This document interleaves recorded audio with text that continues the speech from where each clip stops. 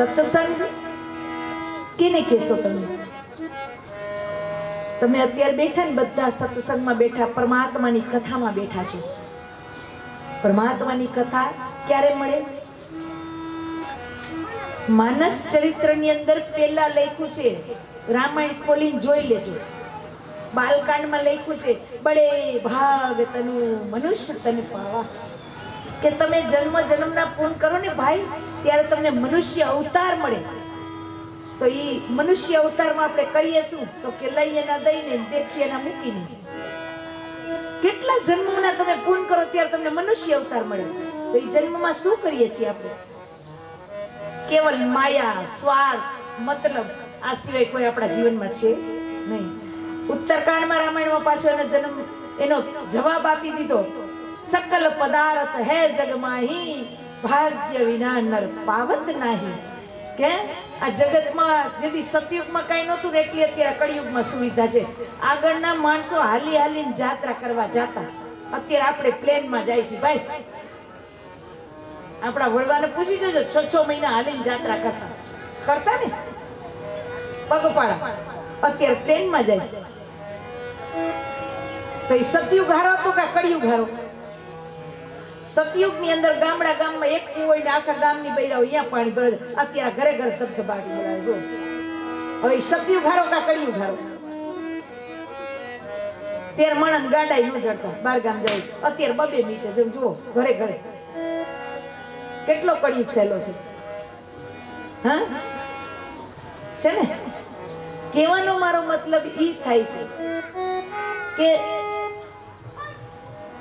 તમારે, મેં કીધું ને, સકલ પદાર્થ હે જગમાહી, ભાગ્ય વિના નર પાવત નહીં.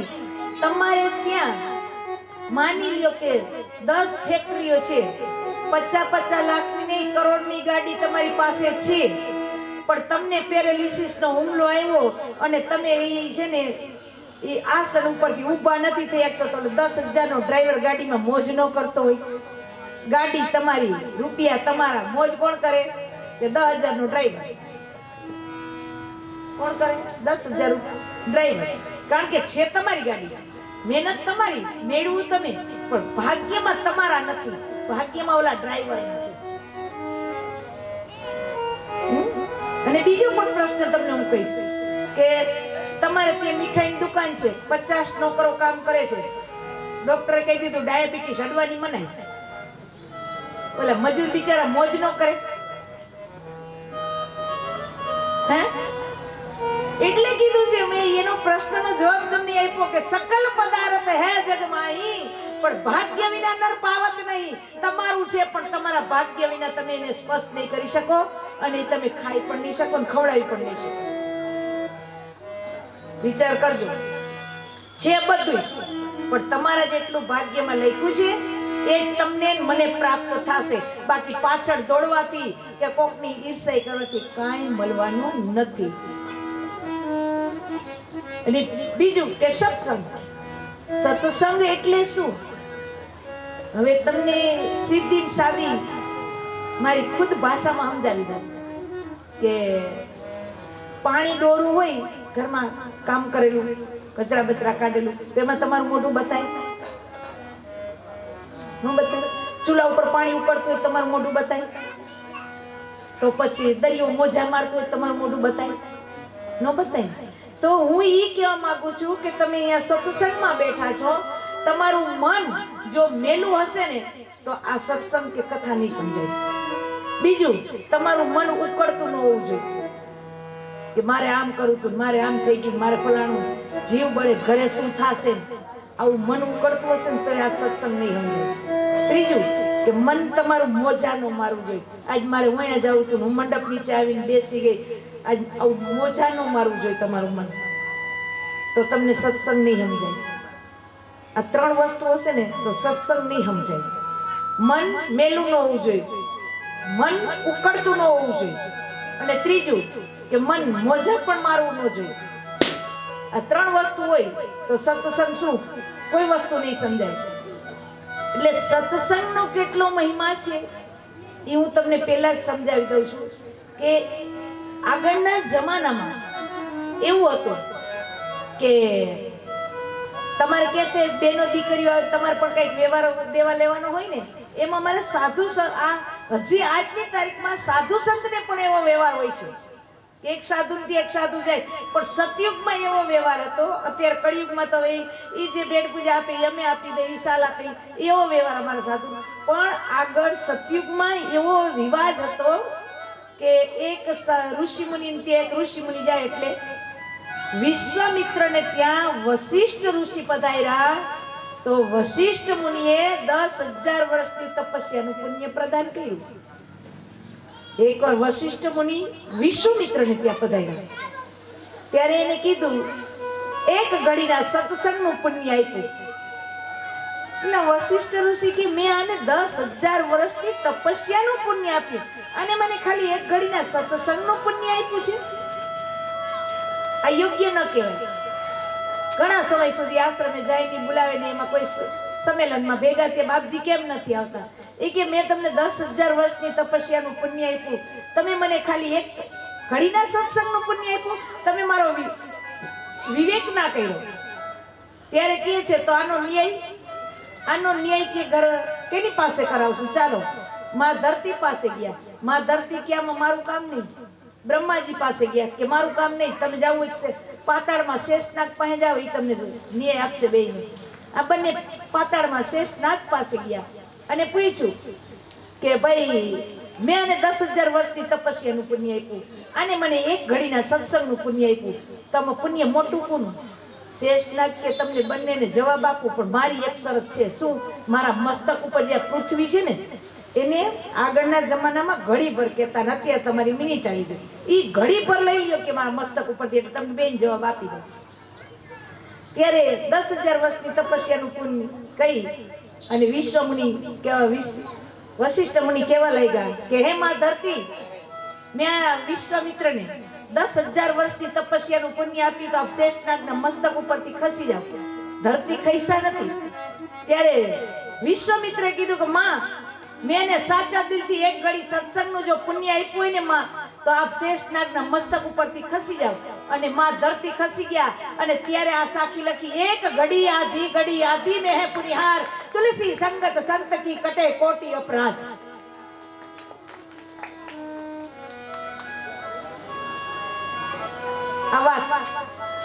આને સત્સંગ કહેવાય. આને સત્સંગ કહેવાય કે સત્સંગનો રંગ એકવાર ચડે અને જીવનમાં જો ઉતરે નહીં ને તો પૂરું. પણ ઘડીકના રંગ બદલાય, ઘડીકમાં એમ કે મારે તો આમ થઈ ગયું, મારે જીવનમાં મન એક, મંત્ર એક અને રંગ એક, આ ત્રણેય વસ્તુ એક કોઈ દુનિયામાં તમને કોઈ પહોંચે જ નહીં. તો ભાગવતનો ક્રમ લઈ તો ભાગવતની અંદર પહેલો જ પ્રશ્ન આવે છે, મહાત્માનો જ પાઠ કરશું આપણે.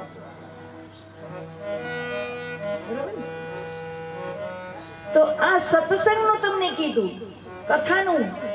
તો હવે વાત ક્યાં કે ભાગવત કોને સંભળાય? ભાગવત 18 પુરાણની રચના મહર્ષિ વેદવ્યાસે કરી, જે પરાશક્ત ઋષિના પુત્ર છે, માતા મચકંદાના પુત્ર છે.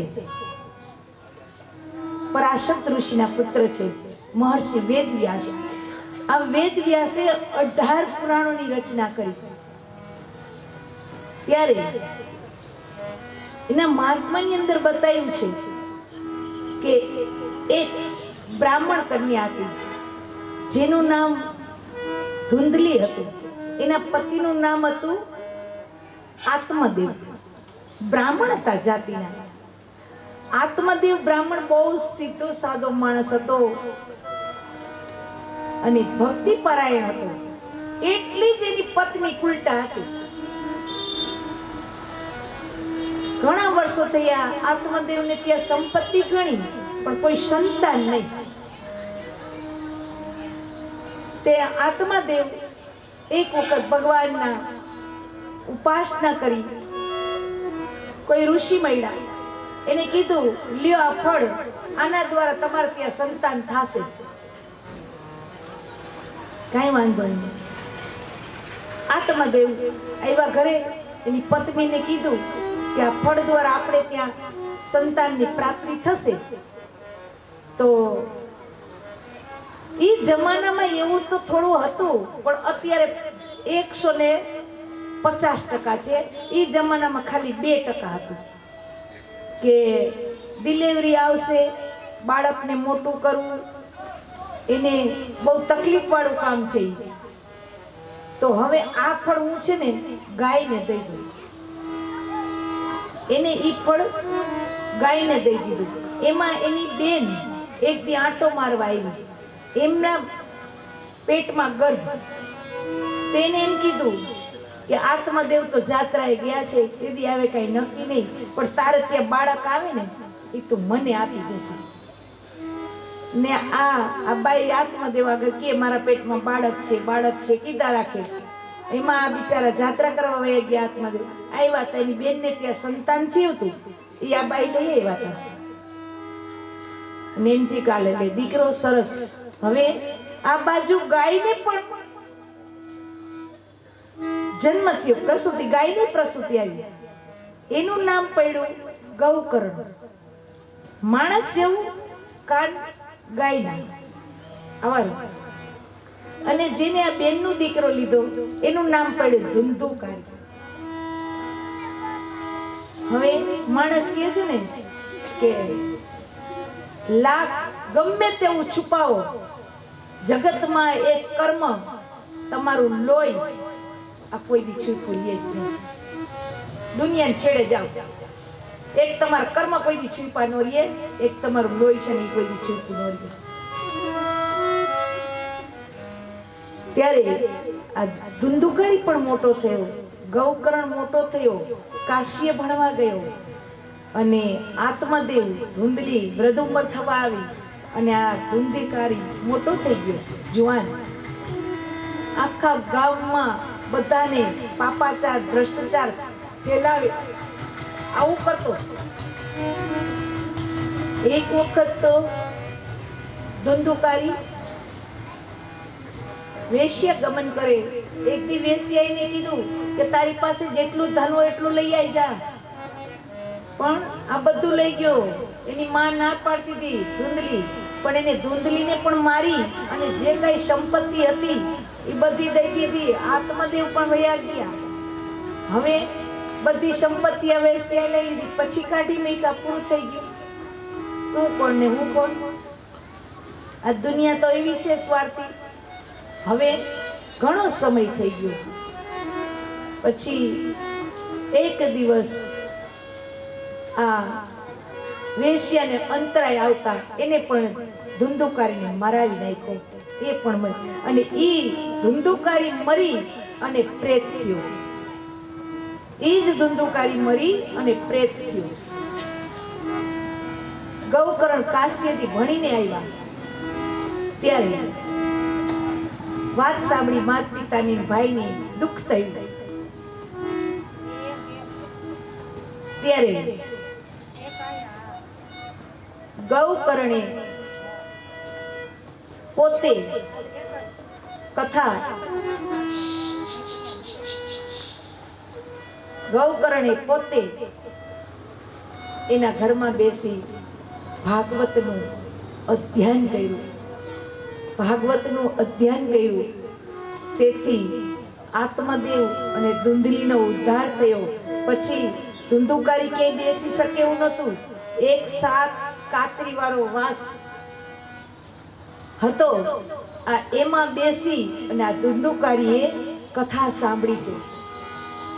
કથા સાંભળી અને 7મા દિવસે વાંસ ફાટ્યો અને વાંસમાંથી ધુંધુકારી દિવ્ય રૂપ ધારણ કરી અને બહાર નીકળો. ત્યારે કીધું કે તું કોણ? તો કે હું તારો ભાઈ. કેવી રીતે? કે હા. ત્યારે એનો પણ ઉદ્ધાર કર્યો, ધુંધુકારીનો ઉદ્ધાર થયો. એટલે ભાગવત છે એ મોક્ષ આપે, 150% જીવને મોક્ષ આપે, પણ જીવ એના અનુસાર ચાલે તૈયાર. જેમ માથા ઉપર પાણી રેડો અને બહાર વયું જાય, એમ જો આ કથા બહારથી વહી જાય તો એમાં કાંઈ ન હાલે. કારણ કે આ તો જીવ છે. આ જીવ કેનો છે? માયાના જીવ છે. આપણે બધા ખરેખર માયાના, ખરેખર માયાના આવરણની અંદર સીધા આગળ કથામાં પણ આવશે કે માયા એટલે શું, માયા એટલે શું છે. અને માયા વિના ભગવાન કે પૃથ્વી ઉપર ગમે એ જીવાય હોય માયા વગરનું છે જ નહીં. ગમે તેવા જીવ હોય, પશુ પંખી હોય, ગમે તે માણસ હોય. તો મારું આગમન વાંકાનેરમાં 10 વર્ષ ઉપર થઈ ગયું ત્યારે આવ્યું. અને આમ તો 20 વર્ષ ત્યાં 20 વર્ષ ઉપર થઈ ગયું ને, 20 વર્ષ તો ઉપર થઈ ગયું.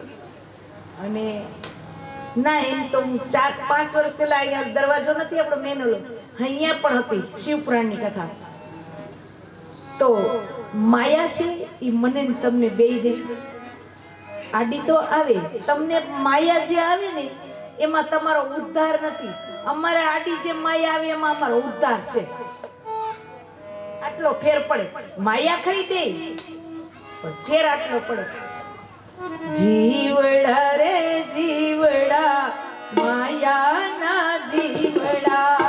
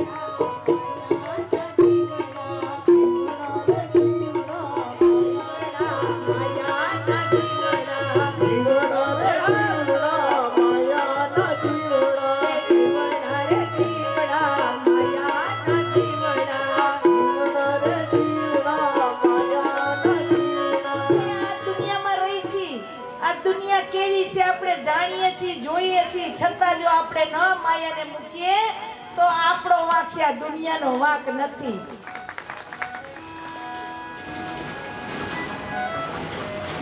વાંક આપણો છે, દુનિયાનો નથી. દુનિયામાં તો બધુંય છે. તમે કેમ કેટલા હોશિયાર છો, શાક માર્કેટમાં જાઓ છો, સારી વસ્તુ હોય એ ઉપાડો છો, હે? તો ગુણ પણ સારા ઉપાડો ને, તો તમારું જીવન ધન્ય બની જાય. બાર બાર કથા ના સાંભળવી પડે, બાર વાર સત્સંગ ના કરવો પડે. જો એકવાર આત્મામાં ઉતરી જાય તો સારા ગુણો ગોતો. આમાં બધુંય છે, પણ આપણે શું લેવાનું છે ઈ જ આપણે લેવાય છે. બધું આપણે જે લેવાનું છે ને ઈ જ અડાય, બાકી વસ્તુ ન અડાય. તો ભાગવતનો બીજો ક્રમ કે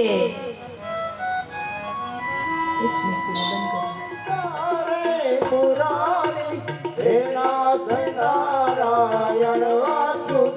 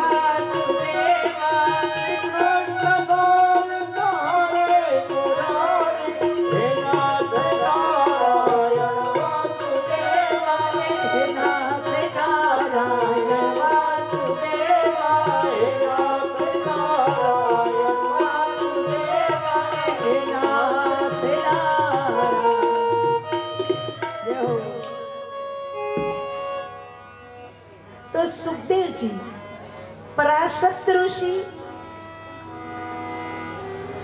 મહર્ષિ વેદવ્યાસની ઉત્પત્તિનું આપણે પહેલા કારણ કરશું. કારણ કે મહર્ષિ વેદવ્યાસની ઉત્પત્તિ ન થાય તો 18 પુરાણની રચના ન થાય. તો મહર્ષિ વેદવ્યાસની ઉત્પત્તિ કેવી રીતે ભાગવતમાં બતાવી છે કે એક વખત પરાશર મુજકુંદ નામના રાજા હતા. એક વખત એ શિકારે ગયેલા, પણ વાત બહુ ગુપ્ત છે એટલે કહું કે એના પરસેવા માછલીના પેટમાં ગયા અને માછલીના પેટની અંદર એક રાજકુમાર અને એક રાજકુમારી હતા.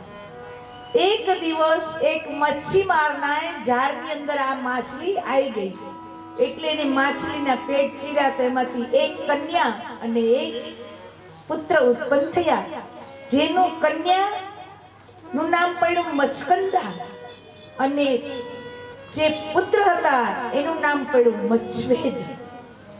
આ બે ભાઈ બહેનના જન્મ એમાંથી થયા. પણ હવે ઈ માછીમારને ત્યાં મોટા થયા અને માછલીના પેટમાંથી એનો જન્મ થયેલો એટલે એનું નામ મચકંદા પડેલું.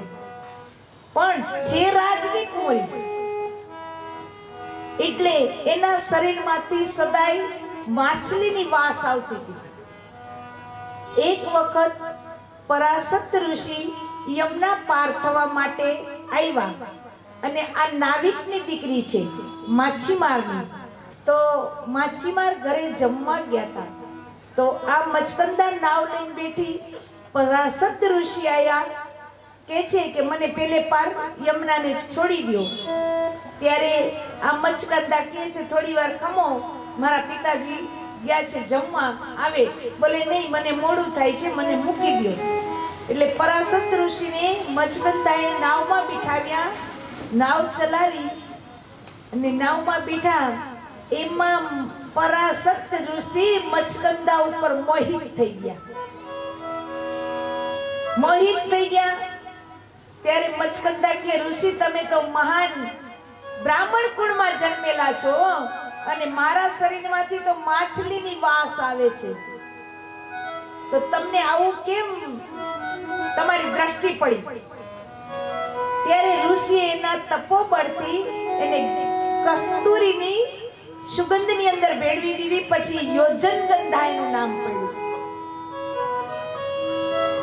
યોજનગંધા કહેવાના કારણ કે એની કસ્તુરીની વાસ યોજન સુધી આવતી હતી એટલે એનું નામ યોજનગંધા. હવે પરાશર ઋષિ કેવા લાગ્યા એને પર મોહિત થઈ ગયા હતા. પરાશર ઋષિ દ્વારા એને મહર્ષિ વેદ વ્યાસનો જન્મ થયો. મચકંદા કુંવારા છે ત્યારે પરાશર ઋષિએ કીધું તમારા મારા મિલનની કોઈને ખબર નહીં પડે અને મારો જે પુત્ર થશે તે પુરાણનો રચયિતા થશે. મહર્ષિ વેદ વ્યાસનો જન્મ થયો. મચકંદાને કુંવારા બાળકના માતા બહેના. મહર્ષિ વેદ વ્યાસ જનતાની સાથે યમુનામાં સ્નાન કરી તપ કરવા વનમાં ચાલી ગયા. ત્યારે મચકંદાને કહે છે કે માં તમને જ્યારે મારી જરૂર પડે ને ત્યારે તમે મને બોલાવજો, હું અવશ્ય આવીશ. મચકંદા અમુક સમય થયો. આ તો કસ્તુરની સુગંધમાં ફેરવાઈ ગયા હતા. એમાં નીકળ્યા કોણ? ખ્યાલ છે? સંતનું રાજા, મહાન સંતનું રાજા નીકળ્યા શિકાર કરવા. એને એમ થઈ ગયું આ કસ્તુરીની સુગંધ ક્યાંથી આવે છે. જોતા જોતા આગળ ગયા તો એક આ યમુનાના કિનારે મચકંદા બેઠેલા. જઈ કે છે કે મારે તમારી સાથે લગ્ન કરવા છે. હું હસ્તિનાપુરનો રાજા છું, મારું નામ સંતનું છે. ત્યારે કીધું કે તો તમે મારા પિતા પાસે જાઓ. પિતા પાસે જાય છે. એના પહેલા એક પ્રશ્ન પાંડવોનો એવો બન્યો છે કે જેનું નામ છે માતા કુંતા. કુંતાને સાંભળ્યા હશે તમે, માતા કુંતા. આ કુંતા માતા કોણ હતા? કુંતા માતા પાંડુ કેના દ્વારા જન્મા? ધૃતરાષ્ટ્ર કેના દ્વારા જન્મા? તો એના મચકંદાના કુંવર છે, પણ એના પહેલા ભીષ્મનો જન્મ થયેલો છે. તો આ ભીષ્મ ક્યાંથી આવ્યા? સંતનું રાજા એક વખત દેવોની સભામાં ગયેલા. માં ગંગા પણ હતા, સંતનું રાજા હતા. તો સંતનું રાજા ગંગા સામે એક નજરે જોઈ રહ્યા, પ્રેમમાં મોહિત થયા. બ્રહ્માજીએ શ્રાપ આપ્યો, જાઓ તમે બંને પૃથ્વી ઉપર. બીજા જન્મમાં સંતનું રાજા થયા અને માં ગંગા પૃથ્વી ઉપર આવ્યા. ફરી પાછા એમની સાથે લગ્ન કર્યા. ગંગા સાથે લગ્ન કર્યા. એમાં વિશ્વામિત્રની ગાય, કેવડું ચકેડું મોટું છે.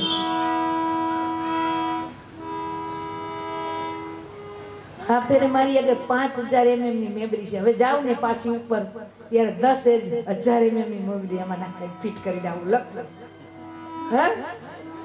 નપદ નહીં. તો ગંગાએ કીધું તમારી સાથે લગ્ન કરું સંતનું કે, પણ મારી એક શરત. હવે આ વિશ્વામિત્રની ગાય હતી અને એની પાસે કામધેનુ ગાય હતી. હવે આ કામધેનુ ગાયનું જો કોઈ પણ વ્યક્તિ દૂધ પીએ ને તો એ અમર થઈ જાય. તો એ સ્વર્ગના 8 વસુધા છે. એને ખબર પડી કે આ વિશ્વામિત્રની ગાય છે. તો એની વસુધાની પત્ની કહે છે તમે આ નંદની ગાય લઈ ગયો ને કામધેનુ. કેમ? તો કે મારી બેનપણીનું આયુષ્ય ઓછું છે ને, તો આપણે એને દૂધ પીવડાવી દઈએ તો એનું આયુષ્ય વધી જાય. એટલે 7 ને 8 વસુધાએ થઈ વિશ્વામિત્રની ગાયને લઈ ગયા. વિશ્વામિત્રને ખબર પડી કે મારી ગાય વસુધાએ ચોરી કરી, એટલે એને શ્રાપ આપી દીધો કે તમે સ્વર્ગમાં નહીં, તમે મૃત્યુલોકની અંદર જાઓ. મૃત્યુલોકમાં. ત્યારે આને ખબર પડી. ઋષિના ચરણે વંદન કરી કેવા લાગ્યા કે અમે તો દેવોના દરબારમાં રહેવા વાળા મૃત્યુલોક. ત્યારે કીધું કે જાઓ, પણ જેને મારી ગાય ચોરી અને લીધી હતી એને તો આ પૃથ્વીનું તમામ સુખ દુઃખ ભોગવવું જ પડશે, બાકી તમારો સાતનો જલ્દી ઉદ્ધાર થઈ જશે. ત્યારે આ ગંગાને આ 7 વસુધાઓ પ્રાર્થના કરી કે માં અમને શ્રાપ લાગેલો છે, તમે સંતનું સાથે લગ્ન કર્યા, અમે તમારે ત્યાં જન્મ લઈ તમારે અમને ગંગાજીમાં પધરાવી દેવા એટલે અમારો મનુષ્ય અવતાર પૂરો થઈ જાય અને અમને તમે સહાય કરો માં આટલી. ત્યારે માં ગંગા સહેમત થઈ. સંતનુ રાજા કે મારી સાથે લગ્ન કરો. ત્યારે કીધું લગ્ન કરું પણ એક શરત કે હું જે કાંઈ કામ કરું જે કાંઈ કરું તે તમારે મને ક્યારે અટકાવવાની નહીં, મને અપશબ્દ બોલવાના નહીં. ત્યારે કીધું કે સંતનુ રાજા બંધાણા બોલે ને લગ્ન કર્યા. એક પછી એક વસુધા જૈનમાં માં ગંગાને અને સીધા ગંગાજીમાં પધરાવી દે. સીધા ગંગાજીમાં પધરાવી દીધા. એક પછી એક 7 પધરાવી દે. 8માં વસુધા જૈનમાં. ત્યારે કીધું સંતનુ રાજાને ધીરજ ન રહી કે હવે તું મારો વંશ નહીં રહેવા દે. 2 શબ્દ અપશબ્દ કીધા. ત્યારે ગંગા માયાએ કીધું કે હું પણ જાણું છું કે આ પુત્ર જીવિત છે રાજા, પણ 12 વર્ષનો થાય ત્યારે આવીને લઈ જાજો, હું જાઉં છું. અત્યારે એનું નામ પડ્યું ગંગાનો પુત્ર, એનું નામ પડ્યું ગંગેવ, બીજું નામ પડ્યું વર્તમાન કુમાર, ત્રીજું નામ પડ્યું ભીષ્મ. આ ગંગા દ્વારા. ત્યારે મચકંદાની સાથે પાછા ગંગા તો વયા ગયા છોડી. ભીષ્મ પિતા 12 મહિના 12 વર્ષના થયા એટલે માં ગંગા એને સોંપી દીધા. ભીષ્મ ક્યારે નામ પડ્યું હવે આવે એટલે ગંગેવ નામ છે. હવે આવે મચકંદા ધીમરને ત્યાં ગયા તમારી દીકરી સાથે મારે લગ્ન કરવા છે. સંતનુ રાજા ઓલો માછીમાર કે તમે ગંગા સાથે લગ્ન કર્યા હતા, એનો એક પુત્ર છે ને તમારી પાસે? હા ગંગેવ. તો કે ઈ તો નો મેળ પડે મારી આ દીકરી આવે. કેમ? તો કે મારી દીકરીના દીકરા થાય ઈ તો ગાદીના વારસદાર થાય જ નહીં ને. આગળ ગંગાનો પુત્ર છે ઈ જ થાય ને ગાદીનો વારસ. મારે દીકરી દેવી નથી તમને. ઈનો શરત રાખો, તમે વચન મને આપો કે મારી મચકંદાને ત્યાં જે દીકરો થાય ઈ જ જો ગાદી ઉપર બેસે તો હું તમને દીકરી દઉં. સંતનુ રાજા કેવી રીતે કરી શકે નીતિ? ગંગેવ મોટો છે. થોડા દિવસ રાજ્યમાં ખડબડ ગાયલો. મંત્રી દ્વારા ગંગેવે જાણ્યું અને સીધા ગયા ધીમીર પાસે. તમારી કન્યા મારી માતા સમાન છે, મારા પિતાને પ્રણાવો. જાઓ, હું આ જીવન ગંગાજળ હાથમાં લઈને ભીષ્મ પ્રતિજ્ઞા કરું, હું જીવનમાં કોઈ લગ્ન નહીં કરું. ત્યારે એનું નામ ભીષ્મ પિતા પડ્યું. માણસને નામ મળે બીજું, પણ ક્યારે મળે? એની પાછળ એને બહુ ખોવું પડે, બહુ સહન કરવું પડે, ત્યારે એને બીજું નામ મળે છે. નકર બીજું નામ નથી મળતું. એ ભીષ્મ આ મચકંદાના સાથે લગ્ન થયા અને મચકંદાને 2 પુત્ર થયા, ચિત્ર ને વિચિત્ર વીર્ય. કાશીરાજની કન્યા સાથે એમના લગ્ન થયા. ભીષ્મએ કરાવ્યા. ભીષ્મ તો આજીવન લગ્ન ના કરે, પ્રતિજ્ઞા લઈ લીધી છે ને પિતા પાછળ. ત્યારે જ્યારે અક્ષો સાથે યુદ્ધ થયું, એમાં ચિત્રાગત ગયા અને વિચિત્ર વીરને ક્ષય રોગ લાગુ પડ્યો અને એનું મૃત્યુ થયું. હવે એ બેની પત્ની કઈ છે? કાશીરાજની કન્યા અંબાલિકા અને ઉલ્લિકા, આ 3 કન્યાઓ. ત્યારે મચકંદાએ મહર્ષિ વેદવ્યાસને યાદ કર્યા. મહર્ષિ વેદવ્યાસ આવ્યો, બોલો માતા. એ કે હવે આ હસ્તિનાપુરની ગાદી ઉપર બેસનાર વારસદાર કોઈ નથી, માટે તમે મને વારસદાર આપો. ત્યારે ચિત્ર ને વિચિત્ર વીર્યની પત્નીને એકને ધૃતરાષ્ટ્રનો જન્મ થયો, એકને પાંડુનો થયો અને ત્રીજેથી દાસી દ્વારા વિદુરજીનો જન્મ થયો. આ પાંડવોની વંશાવલીની કથા. ત્યારે પાંડુ રાજાને પણ શ્રાપ હતો. કુંતા માતા કુંવારા બાળકના માતા બન્યા કર્ણ, જેનું નામ વિશ્વમાં નહીં, જ્યાં લગી પૃથ્વી રહેશે ત્યાં લગી એનું કર્ણનું નામ અમર છે. અને ઈ કુંતી ભોજની દીકરી છે. કુંતી પિયર નાની ઉંમરના હતા, બાળકુમાર હતા. અગસ્ત્યજી આવ્યા, એને ખૂબ સેવા કરી. ત્યારે એને કીધું બેટા લ્યો મંત્ર આપું તમને, તમારે જ્યારે જીવનમાં જરૂર પડે તો કામ લાગશે, કાંઈ વાંધો નહીં. ત્યારે કુંતી નાની હતા, બાળ સમજ હતી. સૂર્યદેવને અર્ઘ આપીને યાદ કર્યા. સૂર્યદેવ આવ્યા અને સૂર્યદેવ દ્વારા એને કર્ણનો જન્મ થયો છે. અને આ કર્ણ મોટા થયા. એક અધીરને ત્યાં મોટા થયા. અધિરથ નામનો સારથી, એની માતાનું નામ રાધા હતું. કુંવારા બાળકના માં થયા એટલે એને ગંગાજીમાં વહેતા મૂકી દીધા અને આ રથ ચલાવવાળા અધિરથને મળ્યા, એને મોટા કર્યા કર્ણને. અને તે પછી વનમાં ગયા પછી પાંડવોના જન્મ થયા અને પાંડવો 5 પાંડવ થયા, યુધિષ્ઠિર, ભીમ, અર્જુન, નકુલ ને સહદેવ. એના અર્જુનનો પુત્ર થયો અભિમન્યુ, અભિમન્યુનો પુત્ર થયો પરીક્ષિત રાજા, પરીક્ષિત રાજાના પુત્ર થયા મહારાજ જઈને જય. આજે પરીક્ષિત રાજા જે મહાભારતના યુદ્ધ પછી 36,000 વર્ષ લગી યુધિષ્ઠિર હસ્તિનાપુરનું રાજ્ય કર્યું, પછી કળિયુગ પ્રવેશ થયો ત્યારે એને પોતાના પુત્ર પરીક્ષિત રાજાને ગાદી પર બિઠાવી હિમાલય હાડ ગયો. આ પાંડવોની વંશાવલી. તો ભાગવતનો મેન પાયો પરીક્ષિત રાજા છે કે પરીક્ષિત રાજા સોંપી પાંડવો તો નીકળી ગયા. એક વખત પરીક્ષિત રાજા શિકારે ગયેલા. હવે વિચાર કરો, જેનો અર્જુન જેના દાદા હોય, અભિમન્યુ જેના પિતા હોય, અને એના પુત્ર એના દીકરા પરીક્ષિત રાજા શિકાર કરવા ગયેલા, ત્યારે એને ખૂબ તરસ લાગી અને એક આશ્રમ જોયો, એમાં ગયા અને એ ઋષિનું નામ છે ઉત્તંગ ઋષિ અને એના પુત્રનું નામ છે ગવિજાત. હવે ઈ પાણી માંગ્યું, ઋષિ તપસ્યામાં છે કે મને તરસ લાગી છે, પાણી આપો. હવે ઋષિ એના ધ્યાનમાં જવાબ ના આપ્યો. તો ઈ પરીક્ષિત રાજા, વિચાર તમે કરો કે કોણ એના દાદા, કોણ એના પિતા, અને એને એક મરેલો શ્રાપ ઉપાડી અને સીધા ઋષિના ગળામાં નાખી દીધો. આવી એને બુદ્ધિ હુઈજી જ કેમ, એનું કારણ શું છે? કોઈ પાસે નહીં હોય એનું કારણ. તમે બધા બહુ કથા સાંભળો, સત્સંગ કરો, તમને ખબર હોવી જોઈએ ને. સાંભળતા નથી. ઈધર સે સુનના ઓર ઈધર સે નિકાલના. આવું આમાં કઈ અડવું ન જોઈએ ભાઈ. બધું બારોબાર વયું જવું જોઈએ. 4 રસ્તા પડ્યા, સીધે સીધું વયું જવું જોઈએ, રોકાવું કઈ ન જોઈએ. તો એનું કારણ ની કોઈને નથી. છેલ્લેથી મને પૂછજો, હું કહી દઈશ. અત્યારે નથી કેવું, મથો તમે જો કથાઓ સાંભળી હોય તો તમને ખબર જ હશે. નકર હું તો છું જ, બેમત નથી. મેં તમને કીધું હું લઈને જ આવી છું બધું, આવી ટેન્શન ન લ્યો. તો એને એવું હોય છે કે મરેલો શ્રાપ ઋષિના ગળામાં નાખ્યો. ઋષિનો પુત્ર 8 વર્ષનો રમતો તો બાળકો સાથે, એને કોઈ કીધું તમારા પિતાના ગળામાં મરેલો સાપ નાખ્યો. ઋષિના પુત્રએ આવીને જોયું કે મારા પિતાના ગળામાં મરેલો સાપ.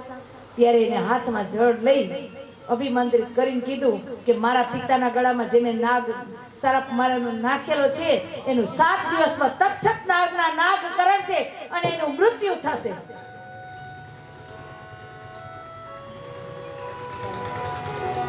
ત્યારે 7 દિવસમાં એને તક્ષક નાગ કરડશે. જાઓ, આ શ્રાપ આપી દીધો પરીક્ષિત રાજાને. તો ભાગવત એક એવું પુરાણ છે. ભાગવત છે સ્વયં ભગવાનની મૂર્તિ છે. અને એ ભાગ્યમાં હોય ને સાંભળવા મળે, ભાગ્યમાં હોય એ એનું વાંચન પણ કરી શકે. બાકી અઘરું પુસ્તક છે, બહુ અઘરું પુસ્તક છે ભાગવત, દેવી ભાગવત, શિવ પુરાણ. બાકી રામાયણ તો સીધા હાઈવે રોડ ઉપર ચડાવી દે તમને. બાકી આ તો ત્યારે પરાશત ઋષિ ના પુત્ર છે. અને આ પરીક્ષિત રાજા, ત્યારે ખબર પડી ગઈ.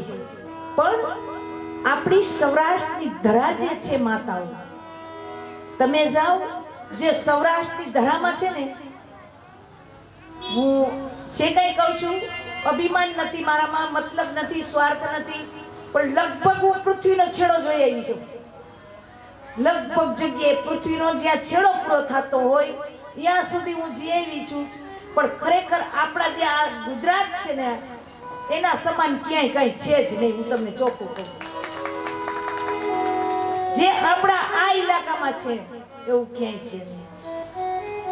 હમણાં 7 રાજ્ય ફરીને આવી, 7 રાજ્ય, બિહાર, બંગાળ, ઓલી કોઠે આસામ જઈને આવી. પણ આપણા જેવું ક્યાં આ બાજુ છેડો, આ બાજુનો રામેશ્વરનો છેડો, પણ આપણા જેવું માણસનું વર્તન ક્યાંય નથી.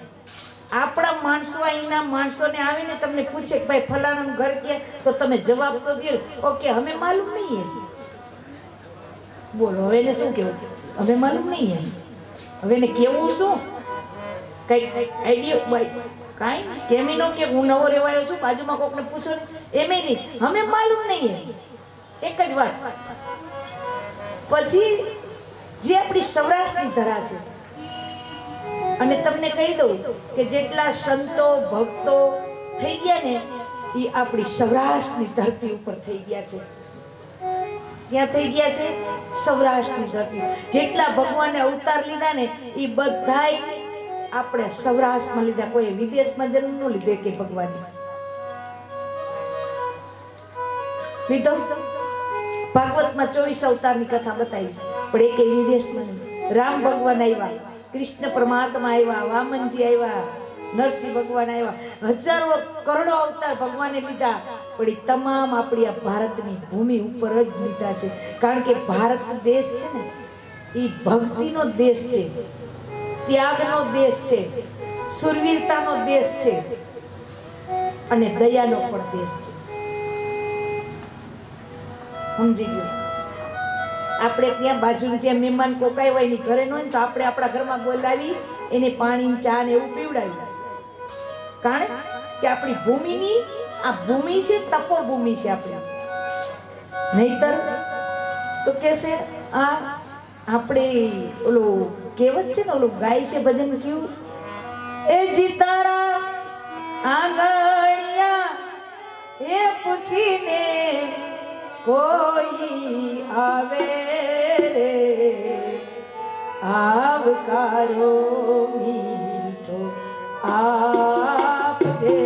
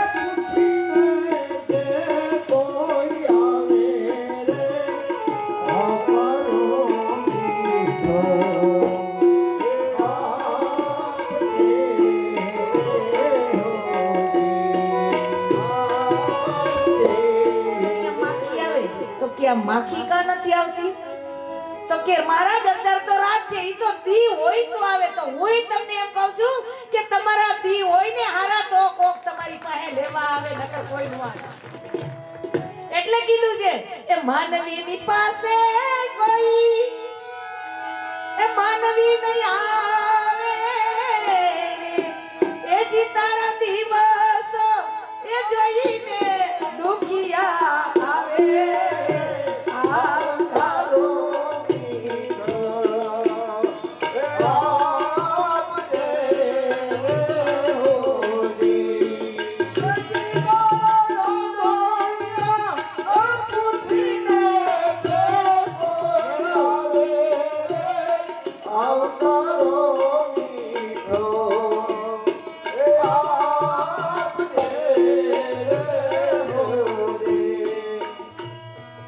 તમારી પાસે હોય અને સમાજને ખબર પડે કે તમારી પાસે છે તો એ તમારી પાસે લેવા આવે, પણ તમે બીજાના લઈને ખાતા હોય તો માનવી તમારી પાસે નો આવે. મારા બાપ આવે નો આવે. એટલે કીધું એજી તારા દિવસો જોઈને દુખી આવે. તારા દિવસ સારા છે, ભગવાને તારી માથે મહેર કરી છે તો તારા આંગણે કોક આવે, નકર નો આવે. એ આ બધી ભગવાનની કૃપા હોવી જોઈએ, નકર નહીં. ભગવાનની કૃપા વિના જગતમાં કાંઈ નથી મળતું. બીજું તો તમે સત્સંગ ક્યાં કરશો? સત્સંગ ક્યાં મળે? કોઈ ગુરુદ્વારે જાઓ, કોઈ સંતના ચરણે જાઓ તો સત્સંગ તમને મળે, નકર સત્સંગ નો મળે. સત્સંગ મેળવવો પડે તો કા ગુરુના દ્વારે જાઓ, કા સંતના ચરણે જાઓ તો મળે ને. નકર તો શું થાય એ તમારે જ વિચારવાનું વાહે. તો આ સૌરાષ્ટ્રની ભૂમિ જે કે છે એમાં એક વખત ભક્તિ દેવી, આપણે ભક્તિ કરીએ ને અને અતિશય માણા ભક્તિ કરે ને તો ભક્તિ એક દેવી છે. એ દેવી તમારામાં પ્રવેશ કરે ને તો જ તમે ભક્તિ કરી શકો, નકર નહીં. અને હજી પણ નીચે હા એક પેલી એક થી લખી લેજો. સત્સંગ કરશો તો ભક્તિ આવશે, અને ભક્તિ આવશે તો જ્ઞાન આવશે, અને જ્ઞાન આવશે તો જ વૈરાગ્ય આવશે, અને વૈરાગ્ય જીવને આવશે ને તો જ મને તમને મોક્ષ મળશે, બાકી નહીં. બાકી તો અહીંયા જઈને પાછા આવી, જઈને પાછા આવી. જ્યાં લગી જીવને વૈરાગ્ય ઉત્પન્ન થાય ત્યાં લગી જીવનો કોઈ દી મોક્ષ ન થાય. તો ઈ ભક્તિ દેવી અને સત્સંગ છે, જેમાં મકાનનો પાયો છે ને ભક્તિનો પાયો સત્સંગ છે, એટલું યાદ રાખજો. સત્સંગ કરશો તો ભક્તિ એની મેળે જ આવશે. ભક્તિ આવશે, જ્ઞાન આપોઆપ આવી જશે. જ્ઞાન આવશે તો વૈરાગ્ય આવશે, પણ જ્યાં લગી જ્ઞાન ના આવે ત્યાં લગી વૈરાગ્ય. આ બધી સિરિયલ જ છે. એક એકડો આવડે ને તો જ બગડો આવડે. ડાયરેક્ટ તમે બગડો શીખવા જાવ તો મેળ નહીં આવે. એકડેથી જ શીખો તો જ મેળ આવે. આ સિરિયલ છે આખી. તો ભક્તિ દેવી એક વખત આપણા સૌરાષ્ટ્ર તરફ આવ્યા, ઘણા દેશોથી. એના બે પુત્ર છે ભક્તિ દેવીના, જ્ઞાન અને વૈરાગ્ય. જેનું નામ છે જ્ઞાન અને વૈરાગ્ય. જ્યારે સૌરાષ્ટ્રમાં આવ્યા ને તેના જ્ઞાન ને વૈરાગ્ય પુત્ર ભક્તિ દેવી નવ પ્રફુલ્લિત હતા. એના જ્ઞાન ને વૈરાગ્ય મૂર્છિત થઈ ગયા. ભક્તિ દેવી ચિંતામાં પડી ગયા કે હવે શું કરું? અકાળે વૃદ્ધ થઈ ગયા, મૂર્છિત થઈ ગયા. હવે ત્યારે ફરતા ફરતા ફરતા ભક્તિ દેવી નેમ્યસરમાં પહોંચ્યા. નેમ્યસર કેને કહેવાય તમને ખ્યાલ છે? બદ્રિકાશ્રમ. બદ્રિકાશ્રમને હવે નેમ્યસર કહેવામાં આવે છે. અહીંયા કોઈ દી કળિયુગ ટકી નથી હોતું હજી લગી. હજી સુધી અહીંયા કળિયુગ પહોંચી નથી શક્યો. જ્યારે કળિયુગ બેસવાનો તો ઋષિમુનિએ ભગવાનને કીધું તો અમારું શું થશે? ભગવાન ક્યાં સુદર્શન ચક્ર જ્યાં જાય ને ત્યાં તમે એની પાછળ પાછળ જાઓ, જ્યાં સુદર્શન ચક્ર અટવાઈ જશે ત્યાં કળિયુગ પ્રવેશ નહીં કરી શકે. જાઓ, મારું વચન છે. એના નેમ્યસણમાં જઈ અને આ સુદર્શન અટકાઈ દીધું એટલે અહીંયા કોઈ દી કળિયુગનો પ્રભાવ આવતો નથી. અને નેમ્યસણ કહેવાય. સાચા ઋષિ ભક્તો જેને તપસ્યા જ કરી છે એ નેમ્યસણમાં જઈ કરે. ત્યારે નેમ્યસણમાં આવ્યા તો ત્યાં ભક્તિના પુત્ર થોડા ચેતનમાં આવ્યા. ત્યારે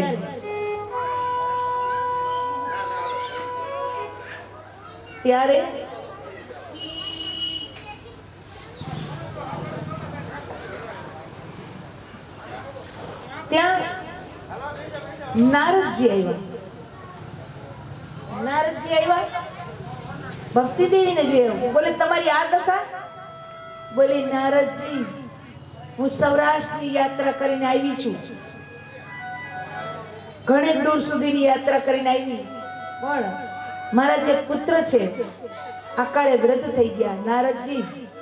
નારદજી કે માં એમાં ચિંતા જેવું નથી કાંઈ. તો તમે છે ને સનત કુમારોને બોલાવ્યા. સનત કુમારો આવ્યા અને સનત કુમારોએ ભક્તિ દેવીને કેવા લાગ્યા કે મારા બંને પુત્રને જીવિત કરો, તમે ગમે તે ઉપાય કરો. ત્યારે સનત કુમારે કીધું કે ભક્તિ, જ્ઞાન, વૈરાગ, માયા રહિત જો પુરાણ હોય તો એ છે શ્રીમદ ભાગવત. આપના પુત્રને શ્રીમદ ભાગવતની કથા સંભળાવો, ચેતન આવી જશે. ત્યારે સનત કુમારોએ નેમ્યસણની અંદર ભક્તિ દેવીને શ્રીમદ ભાગવતની કથા કહી. શ્રીમદ ભાગવતની કથા કહી તો એના જ્ઞાન અને વૈરાગ્ય બંને પુત્ર નવ પ્રફુલ્લિત થઈ ગયા. ભક્તિ દેવી બહુ ખુશ થયા. પછી ભક્તિ દેવી કેવા લાગ્યા કે હું નેમ્યસણ છોડી અને ક્યારેય નહીં જાઉં, કારણ કે મારા પુત્ર અકાળે વૃદ્ધ થઈ ગયા હતા. એટલે ભાગવત જે છે એ આપણે તમામ બંધનમાંથી મુક્ત આપે છે. તમામ બંધન આપણા તોડી નાખે છે. જીવ ગમે તેવો પાપીમાં પાપી હોય, અતિશય પાપી હોય, પ્રેત યોનિમાં જીવ ગયા હોય આપણા પિતૃના, પણ જ્યારે એની પાછળ ભાગવત તમે કરો એટલે એને મોક્ષ મળી જાય. હું નહીં, પણ આ ભાગવત કહે છે. મહર્ષિ વેદવ્યાસ કહે છે. અને ભગવાન સ્વયં શ્રી કૃષ્ણએ કીધું છે કે ગમે તે જીવ પાછળ એક વખત ભાગવત સંભળાવે એટલે એનો મોક્ષ થઈ જાય. ગમે તેવો પાપી જીવ હોય, એનું જેની કોઈ સીમા ન હોય, કદાચ કસાય હોય, કદાચ ગમે તેવો હોય, પણ એ જો ભાગવતનું શ્રવણ થાય એટલે એ સમજી લ્યો કે એને મોક્ષ મળી જ છે. તો કહેવાનો મારો મતલબ એ છે કે મહર્ષિ વેદવ્યાસ આ બાજુ એક વખત બધાનો નાશ થઈ ગયો. કૌરવોનો થઈ ગયો, આનો થઈ ગયો, પાંડવોનો થઈ ગયો. મહર્ષિ વેદવ્યાસ ઉદાસ થઈ ગયા. હવે એમાં મહર્ષિ વેદવ્યાસના આશ્રમમાં બે ઘેરૈયા પક્ષી હતા. એ બંનેમાં એટલો પ્રેમ કે જેની કોઈ સીમા નહીં, પણ મોઢા બંનેના બેયના પાછળ પ્રેમ અતિશય એટલું. અને એમાં એનું બચ્ચું ઈંડામાંથી બહાર નીકળ્યું હતું. ત્યાં ગેરૈયા પક્ષીને બહુ વાલ કરતા હતા, એના મોઢામાં ચણ આપતા હતા, એના શરીરથી એના બચ્ચાને સ્પર્શ કરી અને વાલ કરતા હતા. તો મહર્ષિ વેદવ્યાસજી જો પક્ષીમાં પુત્ર પ્રત્યે આટલો પ્રેમ હોય તો મનુષ્યમાં કેટલો હશે? મનુષ્યમાં કેટલો હશે વિચાર કરો લાગ્યા. તો હવે મારે પુત્ર કેવી રીતે ઉત્પન્ન થાય? મારે લગ્ન તો કરવા નથી. મહર્ષિ વેદવ્યાસ બહુ વિચાર કર્યા. ત્યારે નારદજી આવ્યા. મહર્ષિને કે તમે કેમ ચિંતામાં દેખાવ છો? ત્યારે કે નારદજી, મેં સાંભળ્યું છે કે પુત્ર વિના જગતમાં કોઈની ગતિ નથી. તો મારે લગ્ન કરું તો માયાની જાળમાં બંધાઈ જાઉં. લગ્ન નથી કરવા, મારે પુત્ર જોઈએ. તો નારદજી, તમે એક કામ કરો ને, પરમાત્મા ચંદ્રશેખર ભગવાન શિવજીનું તમે તપસ્યા કરો, આરાધન કરો. ભગવાન ચંદ્રશેખર સમાન જગતની અંદર કોઈ ભોળું માણસ નથી. જગતમાં ભોળા કોઈ દેવ નથી. આવા ભોળાનાથ છે. ભોળાનાથ ખરેખર ભોળા છે, અતિ ભોળા છે, જેની કોઈ સીમા નહીં. એવા ભોળા છે, પણ એ કઈ ભાલા બને એ નક્કી નથી. છે ભોળા, પણ એ કઈ ભાલા બની જાય ને, એને ખાલી એક બીલીપત્ર, एक लोटा जल की धार, दयालु रीझ के देते हैं चंद्रमौली फल चारो. तबे चंद्रशेखर एक बिल्ली पत्र, लोटा जल की धार, दयालु रीझ के देते हैं चंद्रमौली फल चार. कैलाश के निवासी नम बार बार आयो शरण